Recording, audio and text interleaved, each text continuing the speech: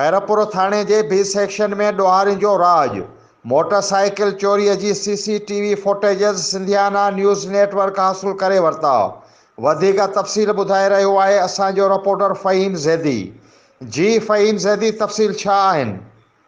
जी मां तव्हांखे ॿुधाईंदो चलां। हीअ थाना बी सेक्शन खे हदूद में जेको आहे वाक़िआ आहे हाकी ग्राउंड लुकमान जो रिहाइशी आहे इंजीनियर ऐं वर्क्स के जेको मालिक आहे ताजिर अहमद अली मिरानी के जे घर जे ॿाहिरां जेका हुनजी 125 मोटरसाइकिल बीठी हुई जे मॉडल नंबर 2022 हिन जो कारो रंग आहे। ऐं इहे तव्हांखे मां हैरत जी ॻाल्हि थो ॿुधायां, इहे जेका चोरी थी आहे 2-3 वॻे जे दरमियान थी आहे। हिन में जेको आहे ॾींहं बि हूंदो आहे, हुनजे सवाइ हिते जेको रोड ते रश बि हूंदी आहे हुनखे पोइ बि जेको आहे केतिरे सुकून सां जेको फुटेज में तव्हां CCTV फुटेज में ॾिसी था सघो कीअं सुकून सां जेको आहे चोर मोटरसाइकिल काए था वञनि।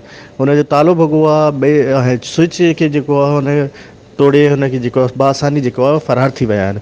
ऐं मां हिकिड़ी ॻाल्हि तव्हांखे इहे बि ॿुधाए थो हलां, हिते जेको आहे थाना बी सेक्शन जे हदूद में जेको आहे अॻु में ई जो 3 खां 4 मोटरसाइकिलूं जेका चोरी थी पियूं आहिनि, जंहिंजो अॼु ताईं को पतो न पियो काॾे वियूं, उहे चोर बि कोन गिरफ़्तार कया आहिनि। SHO बी सेक्शन जेको आहे सफ़ जेको आहे ख़्वाब ख़रगोश जे मज़ो थो वठे, न कोई कार्रवाई करण जे लाइ तयारु आहे।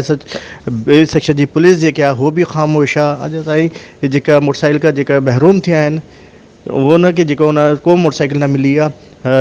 और लुकमान जा जेका रिहाइशी आहिनि, रवासी आहिनि, उहो जेका सख़्तु जेको आहे तकलीफ़ जे अज़ाब में मुब्तला आहिनि। पाण खे जेको ग़ैर महफ़ूज़ था सम्झनि, हुन SSP खैरपुर मीर रुहल ख़ान खोसो सां अपील कई आहे कि SHO बी सेक्शन जे ख़िलाफ़ु जेको आहे कार्रवाई कई वञे।